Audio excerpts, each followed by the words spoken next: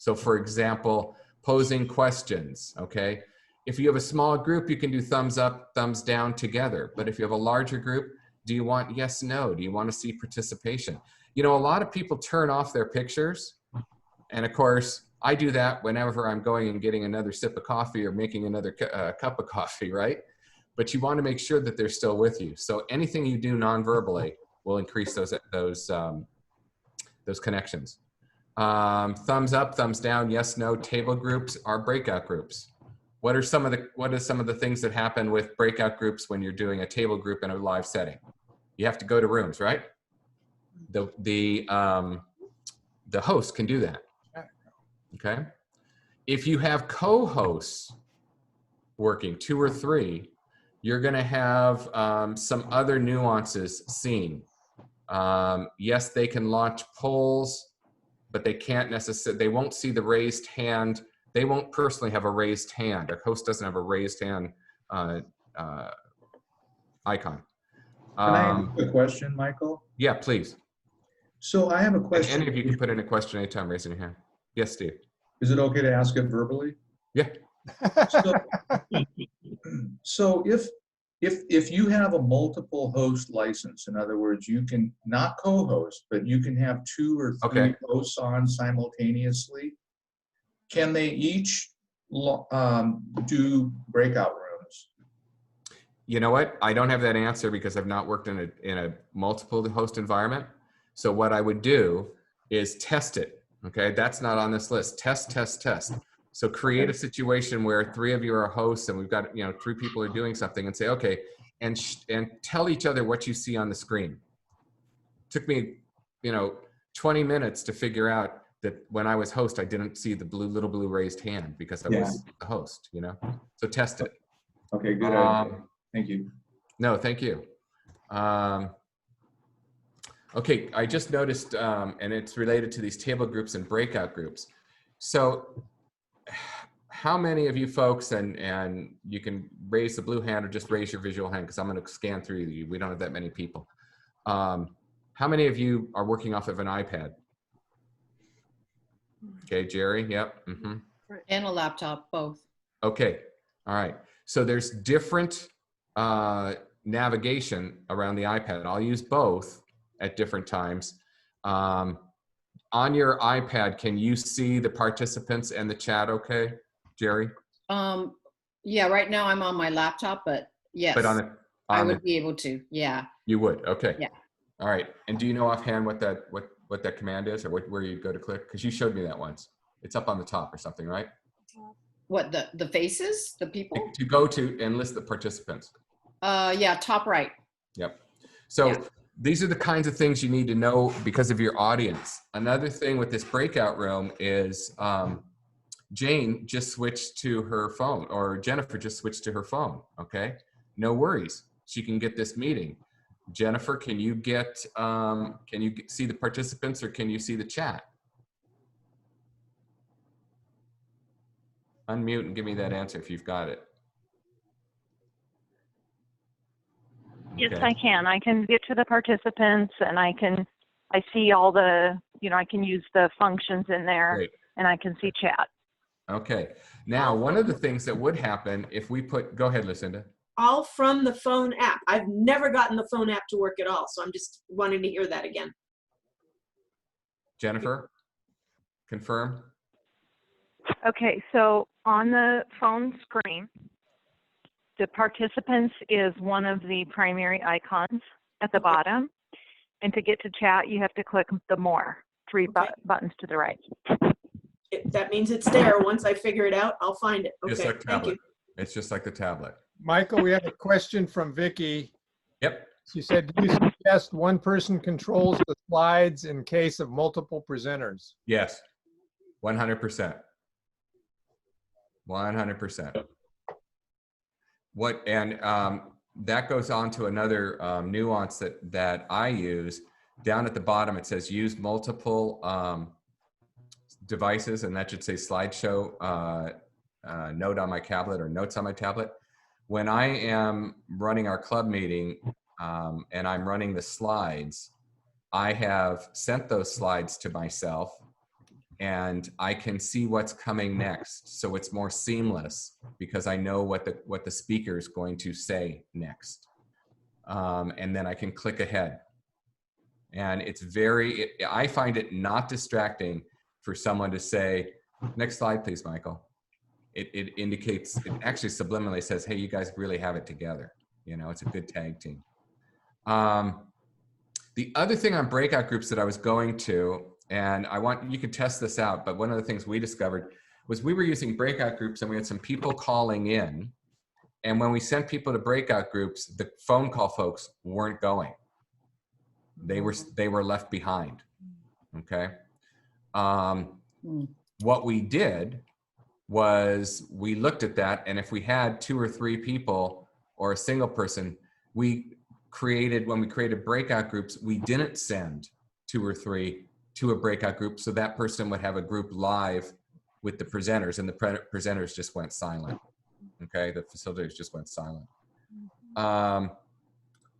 As far as presenters, a couple 3 things there. One is know your content and use really good eye contact.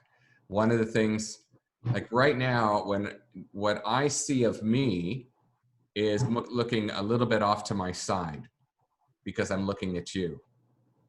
Is anybody finding that distracting or problematic? Okay. So you do want to think about if I have people way over to the side and I'm looking like this at folks, people think you're not giving eye contact. And some people have sent that critique back. They don't like that piece. Again, with the multiple devices, what I do is I print a PDF of my speaker notes. So I've got my slides and my notes. I send it to myself on my tablet. I have my tablet just right next to my computer.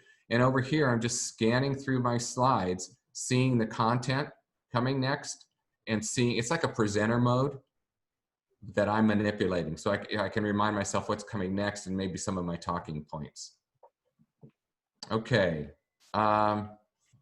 Let's open it to questions. Let's see, you said, will we have standard housekeeping slides from Jane?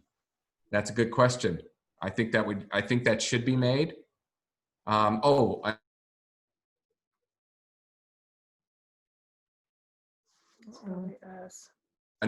and yeah, you'll see a gray bar pop up. And if you move that gray bar to the left, the slides will shrink, what's presented will shrink, and the number of people you see will increase. Yep. Okay. So you could go speaker view, or you could go with a smaller group and still see that. I would make standard housekeeping slides. The way I did that was with a screen, a print screen, like on this live piece. Mm-hmm. And then you can overwrite those pictures and put some red bars to highlight what you're going to do for folks. Sure, I'll create that for everybody. Great. Can you describe if we can assign people to specific breakout rooms or randomly? Thank you, Vicki. That's a good question.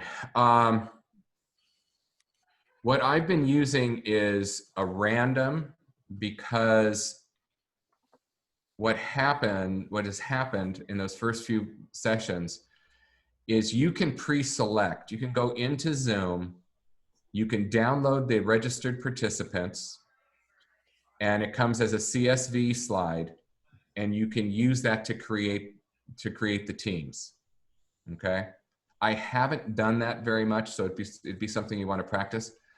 When you do it, what I did instead was because we didn't know who was coming from meeting to meeting, is we did a random, and then I had, let's say, 10 facilitators. What I did in the background while someone else was facilitating was move the facilitators into the correct rooms. Okay. It's a little bit nerve-wracking, but it's not too bad. With Vicky's question and knowing gets and nats, that's one, Tim, that I'd be happy to work with you on and play with you on, is assigning people in an addition. Okay.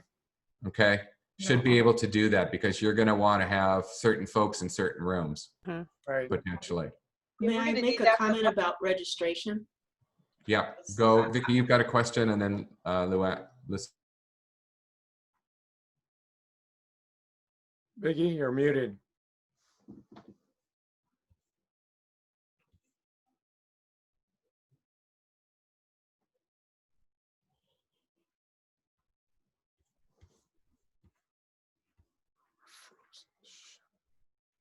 And also doesn't become about the gallery, that you're actually, as we would in person, we want to be doing the presentation, not just Yep. having them read the slides. Yep. We can email them the slides. The presentation really is, or the interaction piece of it is you interacting with the audience. So that was just a suggestion that I heard, is to help that audience put it into a side-by-side view, and maybe even make the slides a little bit smaller so it's almost half and half. So Right. just a suggestion. Yeah, that's a good suggestion, and I have a response to that, a reaction to that, and also a suggestion. So one is create the what did I lose the word?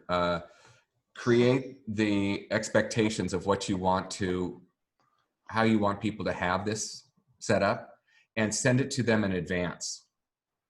And then I would recommend that a person or persons have some time prior to Gets or Nats where people can come onto a Zoom and get some help in doing that if they need some help. Now that can be listed as probably too codependent, but as Vicki knows, I love being codependent on this part. Are you talking about the attendees, having the attendees? Tell them the standards okay. that here's some things you need to know. Make sure you have the following things. A most recent version of Zoom.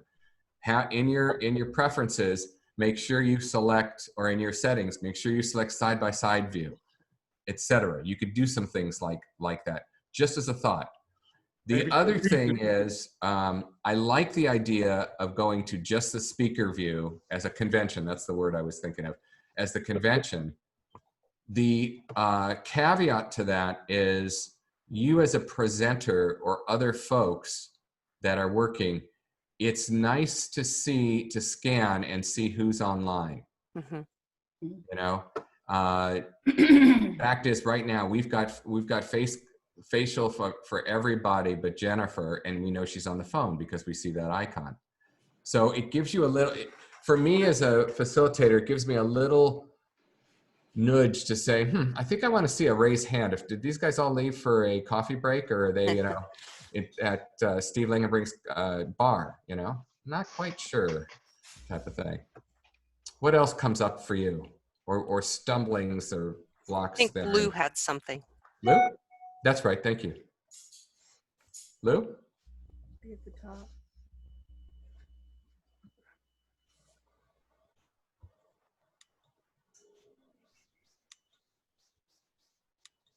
Lou might have dropped. Lou has dropped off, and I know Lou has some. Looks like she's dropped off. She's not in the participants list. Yeah, I don't see her. Yep. She's been having some. There's been times where she's had some connectivity problems. Oh, when you select that leader for the band, okay, as just to be the Zoom person, as Jim and Ken and some others will attest to. When we did that at the time, if I had an older computer, my new one was out of order, and our very first session has connectivity issues. So Steve won by default, Langenbrink, to be the participant with the slides because he had the strongest internet connection and the most recent computer setup.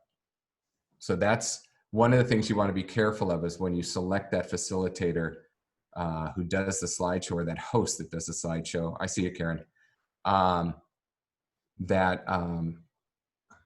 You choose someone that has good connectivity.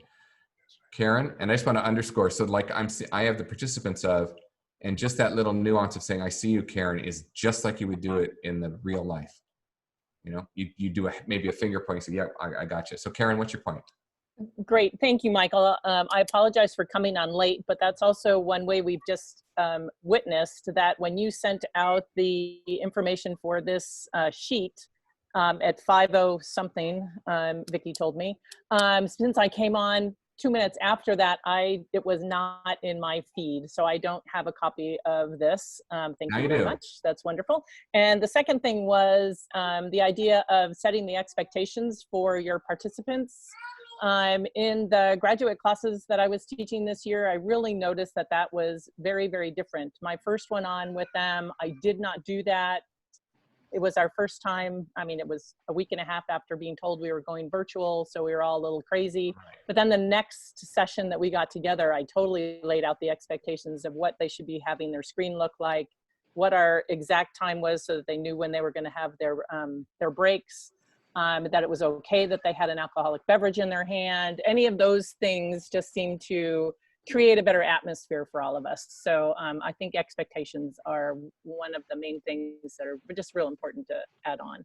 We also sent out a basics on Zoom that was also a PDF, but it also had some links for people to watch and learn a little bit about Zoom.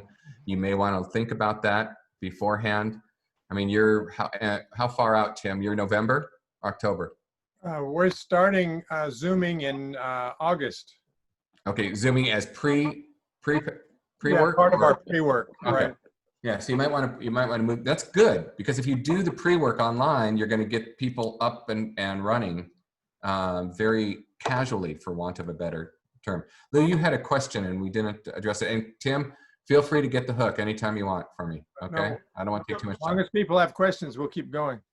No, Okay, Lou. Now it comes out to 2 quick setup questions, and I won't belabor it. It can be discussed offline. Number 1, on registration, whether it's in this Gets and Nats environment where it's kind of like a captive audience. This isn't an unknown group. It's a fairly well-defined group. If you can create a registration for a singular meeting, and then you will have the list of registrants for that. You may also create a repeating meeting and decide whether you want them to register for all of them or allow them to pick.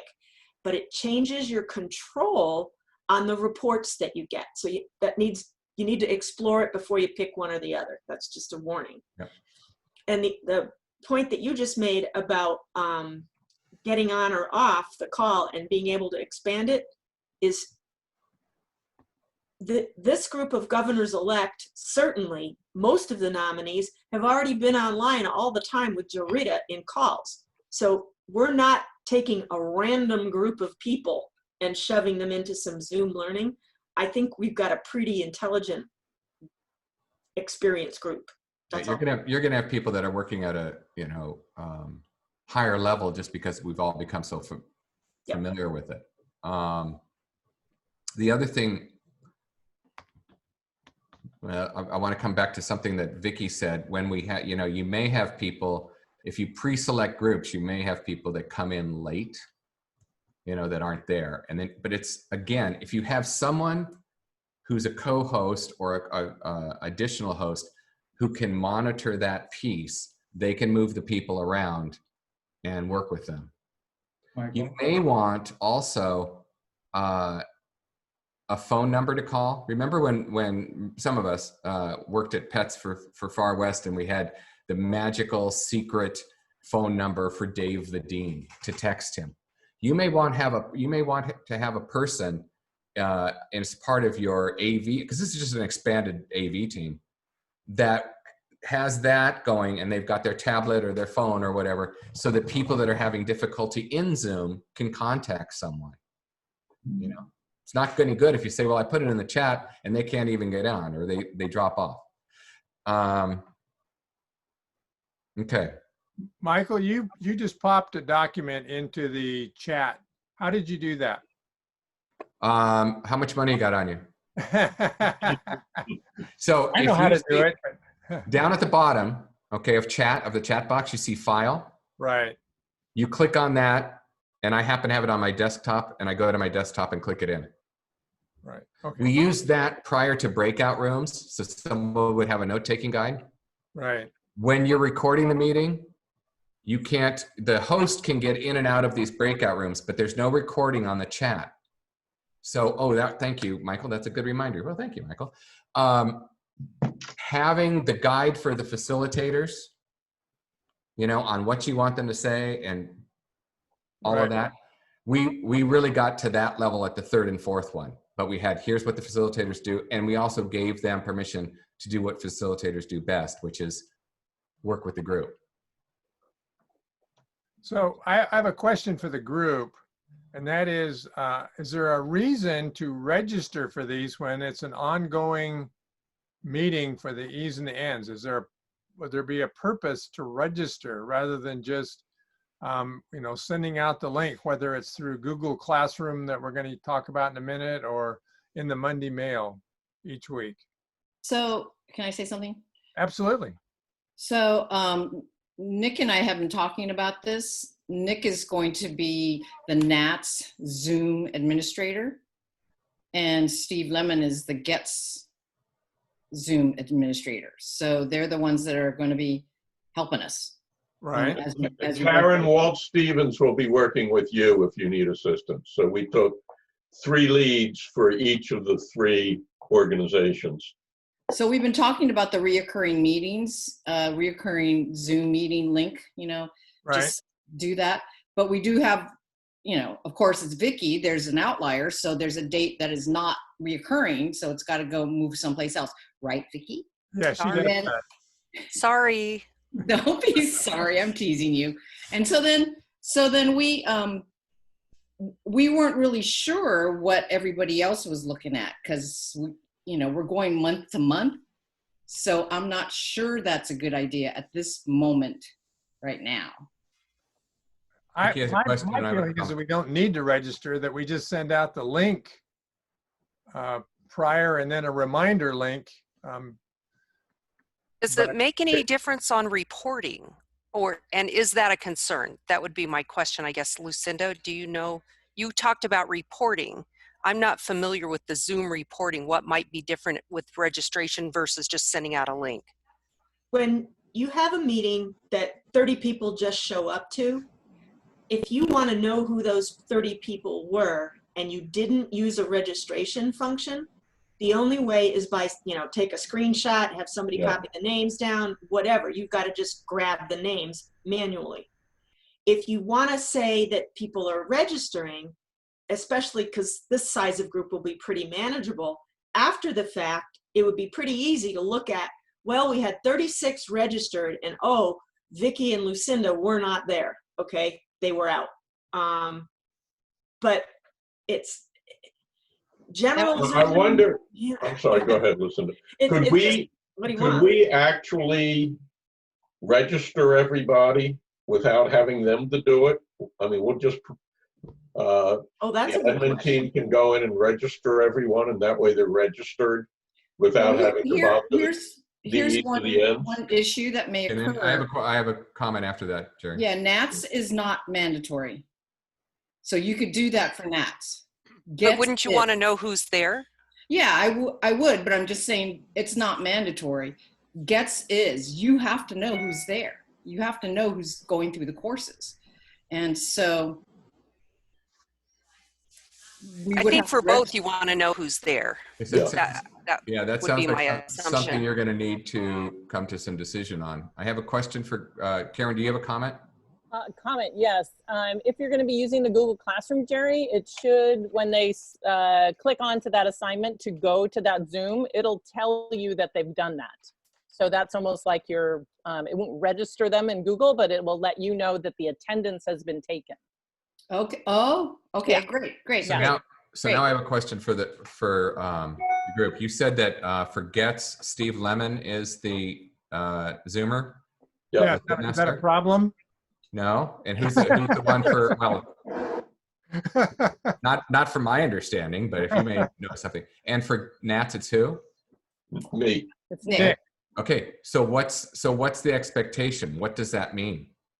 Are you guys doing everything? The way we put it together was basically the way you laid it out. We're managing the chat, we're managing registration, we're potentially managing slides if we want. We want the facilitators to be able to facilitate. And if it turns out that the presentation is complex, then we'll have 2 co-hosts on it. But we want to do the same thing we did when we were live, when we were in person, which is the administrative role is to make it so that the facilitator can facilitate and they don't have to worry about the details. So I that would- means that Barb and Jerry are setting up the links in Google Classroom each month or each week rather? Yes. So, Yes. so what happens is, yeah, in Google Classroom, so communications is, say, August 3rd. And that's their Monday mail, August 3rd, right? But their Zoom is August 10th, the following week. Correct. So in their August 3rd list of things to do, at the very bottom, it'll say Zoom August 10th communications. And they click on that link and then they can get in on August 10th to that Zoom meeting. Okay. And so it's at the end of the assignments in the Google Classroom for communications. Okay. Right. Hey, Steve Right. had a question, and then I'm going to come back to that piece. Steve?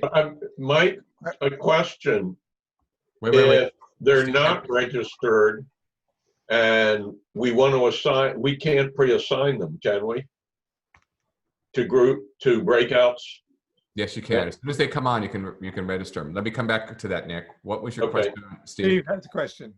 More of a comment than a question. Okay. My understanding in my role for GETS is to make sure that we have backroom coverage for each of these, and doesn't necessarily have to be me for every one. Correct. Richard Clark That's where I'm going with it. Richard Yeah, Clark that's correct. expressed that he was available, and there's a couple more people I'm sure that we can get. So not the same one of us. I know Nick has nothing better to do, but So the reason I bring that up is, from what we discovered and what we've learned is, I would recommend that if you are using breakout rooms, one person is in charge of managing that breakout room, making it happen for folks, because people slip and come in and out and blah, blah, blah. And that's a big one. That's can be pretty unwieldy and plenty to observe. one for each breakout room. No. I'm saying Okay. your team, you can't have, it's what you're saying, Steve. It's making Steve the Zoomer, okay? I'm the Zoom master now for my club because I volunteered to try to get these people I up thought- to speed, okay. okay?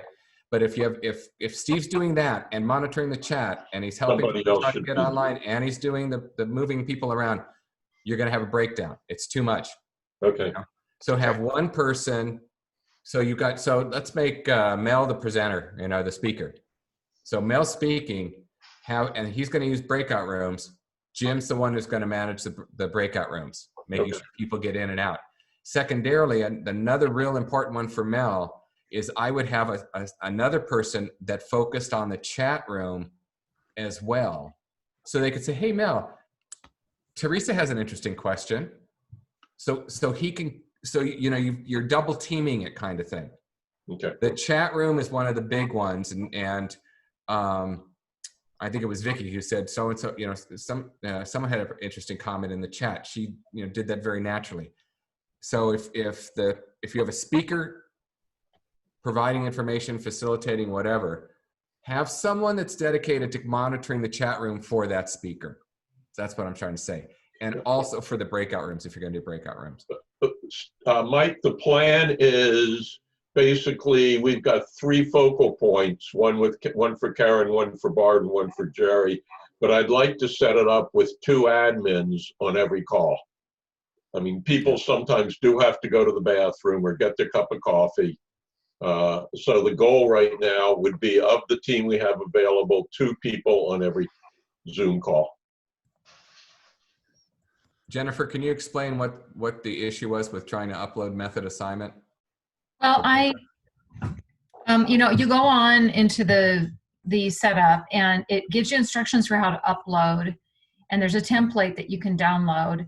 And I did that in a meeting that I was running, and it was one that I wasn't too worried about because I thought I want to test this out.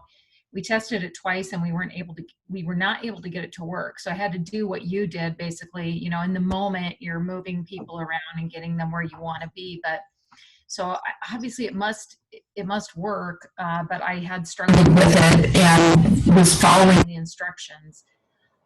So I don't, just Okay. definitely want to test that out a little bit more. And I didn't use it wasn't the registration. This was a meeting where you can go in and upload the breakouts versus a Zoom webinar, which I was wondering, are you using webinar or meeting for the Zoom stuff?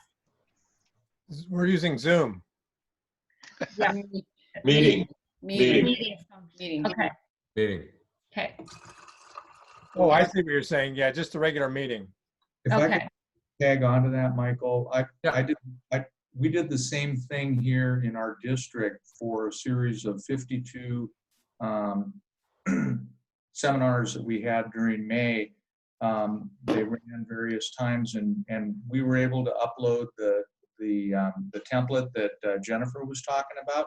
But then we discovered to our horror, because we were using a repeat meeting, that room had been loaded to every single one of them. So if you're going to pre-design rooms with people in them, just know if you're using the same version of Zoom meeting, that breakout room is going to have the same people in it for every one of those. Okay, thank you. Good point. Also, if you're doing breakout rooms, you know that when you're in a breakout room, it doesn't record. Right. Okay. So you need to be, it isn't difficult if you're recording the whole thing. It isn't difficult to go later and clip, it out. But it's much more helpful if you turn off the record when you're in the breakout room, because, people like Steve Lingenbrink make all sorts of snarky comments that you really don't want on the recording. Yeah, but you may want them for other purposes. That's what you keep them for. You just have a separate microphone. So Jerry, you sent out some, or Karen, you sent out some links to Zoom. Was it Jerry or Karen? Now I'm confusing myself. What were the links about? They were about Zoom, the Zoom link. Oh, how to use Zoom? Yeah. Or no, I did Google Classroom ones. Right. So Jerry, you must have been the one who sent out the links for Zoom. No. Somebody you knew was doing training for Zoom. Oh, yes, that was me. Oh, okay. Oh my gosh, I thought I had a senior moment. Thank you. I'm always having senior moments. So anyway, if you can locate those, if you could send them out again, or maybe I can locate them after this meeting, the one your email that had those links, I'll send those out to everyone. I'd kind of like to draw this to a close so that we can move on a little bit. I want to make sure that we touch on Google Classroom, but I also want to make sure that we touch on what we're doing next week. So Michael, thank you so much. And if anybody has questions, they can contact you. Yes. And you know what? I also ask a favor in payment. If you come up with tips and tricks, I'm going to be doing a session on facilitation in a non-Zoom and also in a Zoom environment for Institute. And anything that comes up as a thought, just ship it to me on my email, and it'll help my presentation too. So, one of the things I heard today, Tim Bewley invited Leanne and I to a meeting today that had a professor from Arizona State University, and Jim Bell was there. I'm not sure anybody else was there. And this gal talked a little bit about their online learning. And one of the things I thought was really interesting, she said, people just get Zoom fatigue. Yes. And one of the causes of that is when you're in a classroom in real life, you're looking around, you're looking at the speaker, you're looking out the window, or you're checking out the posters in the wall. Just be cognizant, to have people look around once in a while, to move their head, because just focusing on a single point for a long period of time is mentally exhausting, as well as gives you a sore neck. So yeah, and on the Vibrant, we're the final version is like one 4-hour workshop.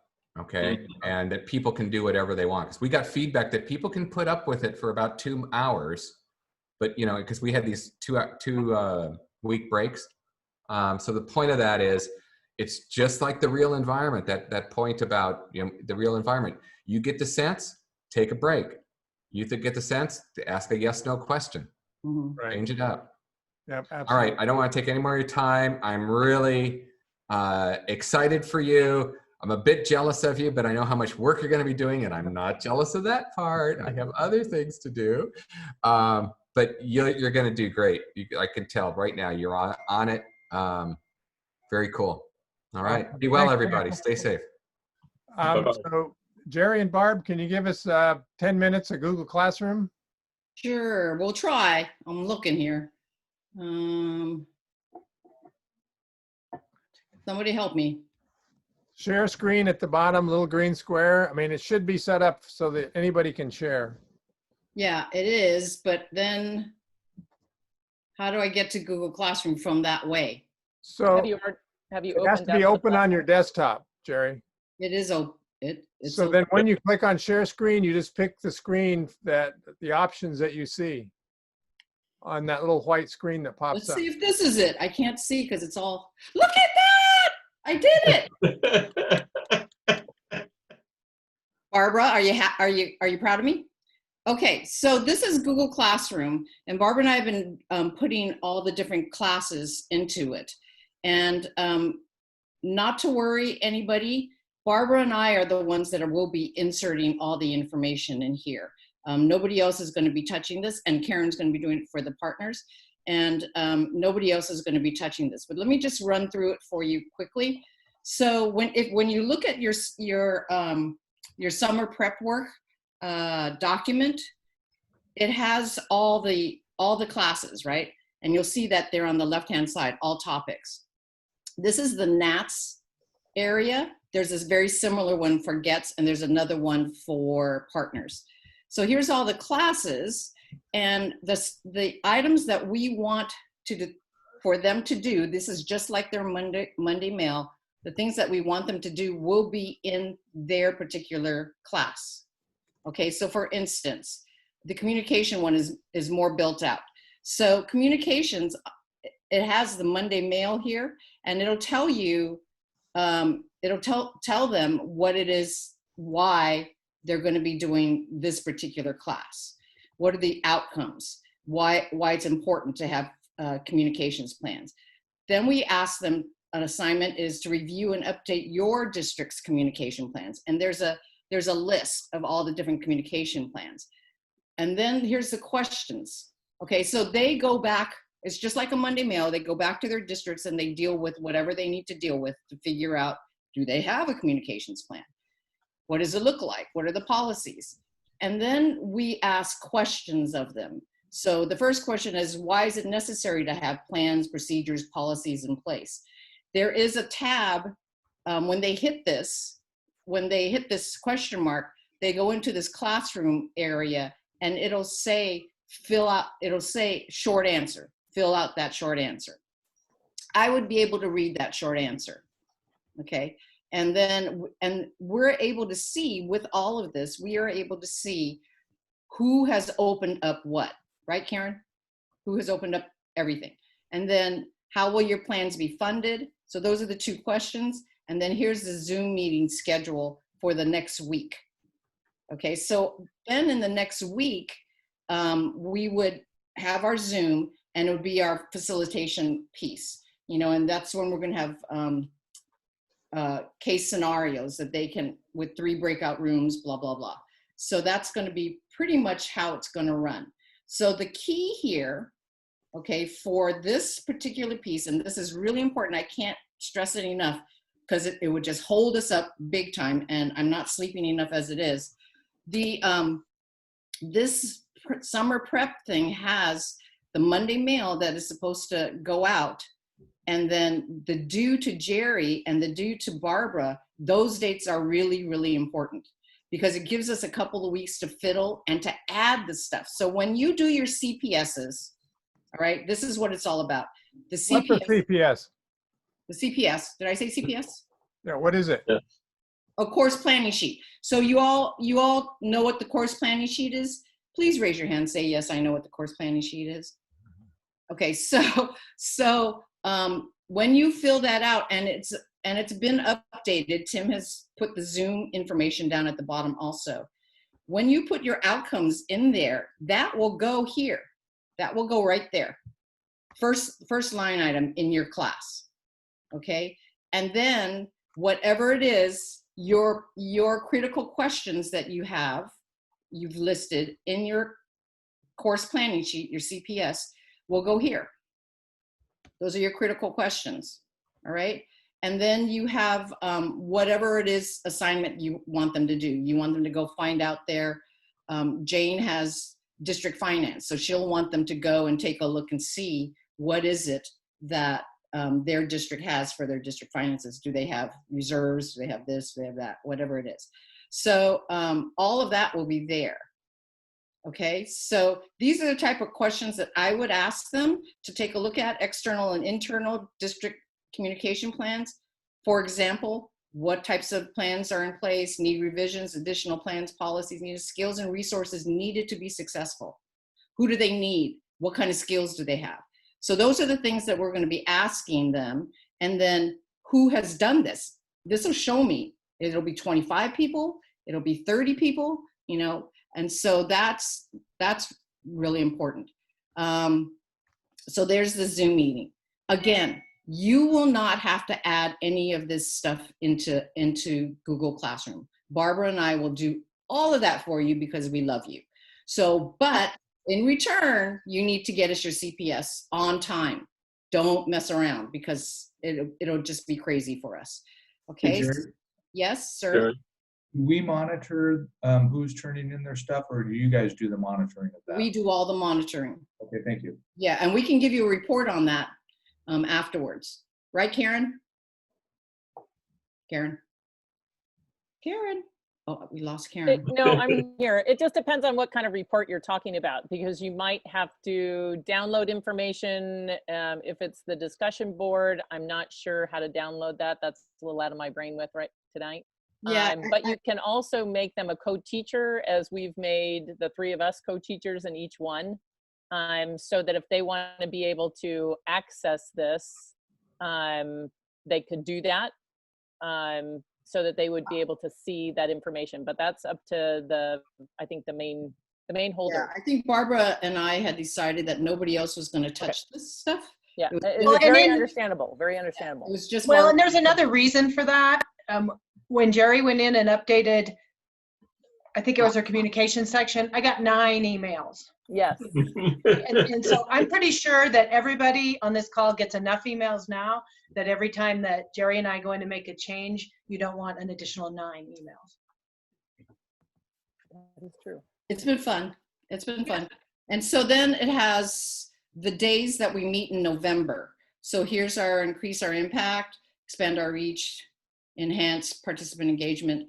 If we don't change this summer, if we don't change the November piece, okay, because the 9th, 10th, and 11th, if we don't change that, then this will remain what it is. The November 10th, leading in times of change, conflict, you know, whatever. The question that, are there any questions on Google Classroom? Did I explain it okay? Because we're hoping. Is anybody awake? Hey, Jerry, seriously, can we get read access to Google Classroom? If the admin team is going to be supporting, we'd like to know, we'd like to take a look at what the students got. I don't know. I guess you could make them a student, but that would maybe skew the numbers who received the assignment and who didn't. But then again, you can also decide who receives an assignment and who doesn't receive an assignment. I don't know. I don't know. So the I question, think they'd have to be teachers. Yeah. question And we is, can do that, Nick, but you will. be It'll drive you amazed. nuts. It will. my question is, the Monday mail, is that going to go out separately, or is that going to go out through Google Classroom? How are you doing that? Through Google Classroom. So they have been told, and Barbara's doing this also, she's going to go out the end of this week, an email to the N's and the E's. They have to set up their Google Classroom profile. Once they set that up, then we will give them, this has a number. What's the number? What's the number? Go up to your banner. It's on your banner. This one? Yeah, click there and see if that'll get you to your banner. There's a special number that will get them There's a into code. this. And then we would send them that, and then that's when they can get into all of this. Now, because we're going to be adding as time goes on, it's not one whole document, right? They won't be able to see the whole lineup. They'll only see the sections that we want them to see at that specific time. I think if you click on the gear, it will open up the invite process to your, or it's either the gear or the people tab. I'd have to go back and We don't have to do that now. Once No, you figure it no. out, we can let people know, but we'll make sure that admin teams somehow gets what the assignments are. So I'll talk with Barb and Jerry offline, and we'll figure out how that will work. So we'll come up with a way that's not going to create more work for somebody. We're dead again. Shit.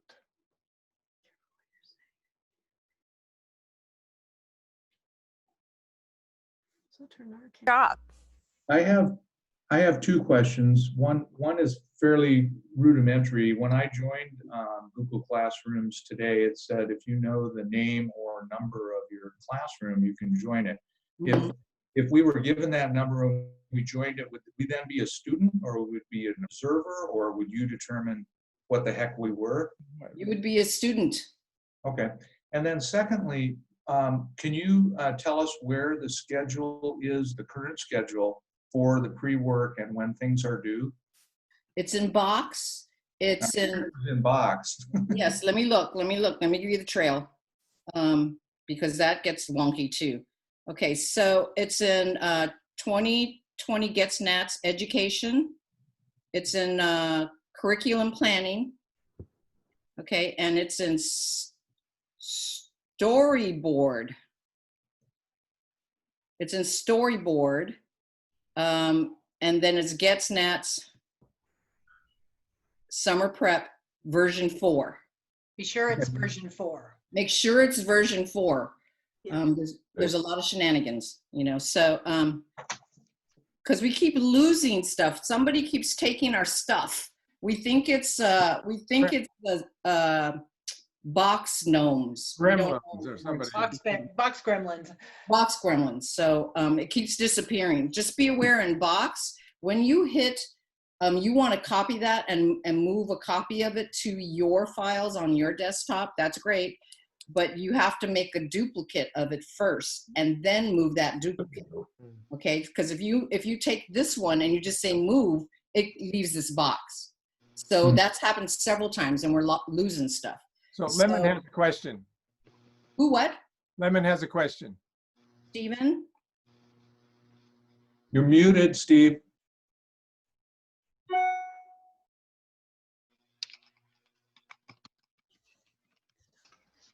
I learned Oops. Uh-oh. supposed to unmute. But anyway, can you hear me now? Yes. Okay. For us simpletons that are doing these Zoom meetings as your help, we don't need to get into all the back door of all this, do we? No. I think what we need to have is, especially since we're going to be asking for others to help us, do a simple sheet that we can send to you. It says, date and time, what we're going to be asked to do. Is there a PowerPoint? Where can we find it? And so we can have it ready to go. That works. Yeah. The PowerPoints are supposed to be in Box. I don't care where they're supposed to be. I'm more interested in where they are. Well, if people download them, that'd be good. But they're in 2020 Gets and Nats Curriculum Planning PowerPoint. And if you're expecting us to help put people in chat rooms, we should know that too. Yeah. We want to help you make this successful as possible without getting too deep into the weeds. Yeah. Okay. Good point. Nick and I can try to work out some sort of a form we can get to you. Okay. I like that. So the question is, are we talking about Dropbox or Box? The zone has moved to box.com and is no longer using Dropbox. I know that's confusing. So let's move on to next week. The faculty meeting next week, those people who have pre-work going out in August should be prepared to share what your pre-work is and what you're planning to do with it, how you're planning to Zoom following. The course planning sheet is what Jerry and Barb are looking for with that information. Does anybody have any questions about what that might look like? Lucinda. Yeah, I am completely tied in knots here, meaning, okay, we've got the version 4 thing that shows a calendar with names and topics plugged in. When I go to the folder that says either DGE or N preparation templates, it lists 18 weeks of stuff with a name on each thing, but the dates and the names are different. Is one old and one new? Oh, What? Lucinda, thank you for that. Thank you for that. I'm not understanding. Yeah, of course you wouldn't, because I didn't explain it. That was my bad. Sorry about that. Okay. Okay, so Jane, in the past, we have had a workbook, an electronic workbook for the E's and the N's when they come to GETS and NATS, right? And so they would the faculty would work on this all the time until we got to like the mid-October, and Jane would put together a workbook, which she would send to all the E's and the N's. And it has the name of the class, it has the outcomes, it has faculty, it has, what you're looking at. It is what you're looking at. That is the class workbook. So what the students do is they take that workbook and they download that on their laptop or their device, and they're able to take notes and information, whatever it is, resources or whatever they want to do, and keep it all in one spot, as opposed to having, a piece of paper and a pad of paper with notes all over the place and stuff like that. So when this is done, she's going to match it up with the dates. I mean, with the order that this is in. Okay, yeah. That Google Classroom is in. Yeah. Okay, it'll be the same. So Jane has her hand up. Yeah. So Lucinda, what's in box now, about 98%, was on the old version that we had. And then we moved all those dates. So I've not gotten in there to update all of those dates. Faculty really don't need to worry about those templates, because what's going to happen, you're going to take your you're going to fill out the CPS, I said that right, and get that over to Jerry and Barb. They're going to say, all right, Jane, put this into that summer prep document, which will have the name and date of the course, faculty photos, and then essentially your CPS, with the exception of the last couple of sections of the CPS, which talk about, you're going to have an introduction for 10 minutes, you're going to have breakouts for 15 minutes. Some of those, last things won't be in there. And then Jerry and Barb, when that's completed, and we'll make sure that that document is cool with you guys, then Barb and Jerry are going to be the ones to put that document into Google Classroom. So the course planning sheet, which is a very simple Word document with a bunch of blank space where you can fill it in, that is the document you want. Like if I have an August segment, that needs to have the content in next week's call. Right. And so one of the things that we'll do, Lucinda, as we look those over, we'll talk about what's working and what's not working, because this first shot out of the box is different than we've ever done before. So okay. If we need to make modifications as we go, we'll do that. So don't worry about, whether or not it's completely accurate or not. I'm sure we'll have, we'll get feedback from everybody on what might work better. And so those people in September should have a more refined CPS than we'll have in August. So I wouldn't fret about it. We'll talk about it as we share what we're doing, and people give us input, and we'll modify them as we go. Yeah, so if you go, so basically the faculty worries about this, I mean, just deals with the CPSs. Okay. The workbook that Jane is handling, you don't have to do anything with that. That's magic in the background. Yes, and the Google Classroom, all the Google Classroom criteria and all this kind of stuff, Barb and I are doing. So the faculty just deals with the CPSs, okay? And just pay attention to those timelines, and we'll all have a drink later on. Jane has something you'd like to add. Yeah, so it's a point of clarification for those of us who are going to be using PowerPoints in our Zoom sessions. Right. Are those to be done at the same time that we get the information to Barb and Jerry? And if you have it, we'd like to see it at the the beginning of each month, August, September, October, November. When you have your either your pre-work or we're going into the actual virtual Gets and Nets, we'd like to see what those PowerPoints look like so we can give feedback on those. Does that make sense? Well, Tim, I'm sorry, go ahead, Jane. No, I think I know what you're going to say, so you go ahead, Nick. We'd like to see any handouts or PowerPoints that the faculty are using in the workbook for that particular session, so that the students can take notes. Had this discussion with Jerry and Jane yesterday, and but that means we need the information probably at least a week ahead of time. So yes, so again, fill out the CPSs. If you have handouts, if you have a PowerPoint, all of that needs to be attached to the CPSs.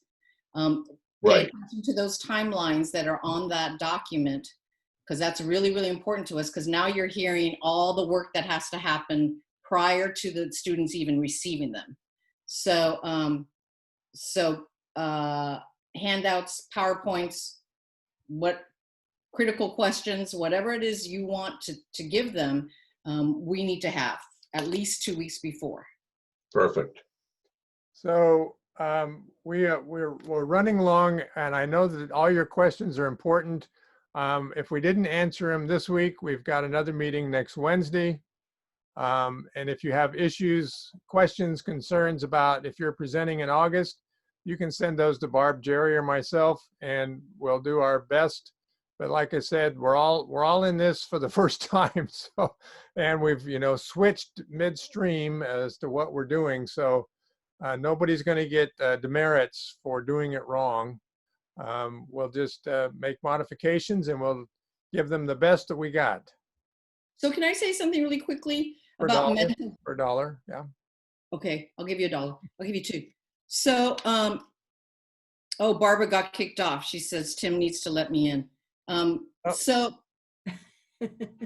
talking about mental health, we're kind of going nuts. We all are, just because we care about what type of product we're going to be giving our N's and E's, right? Which is fine, because that's what we do.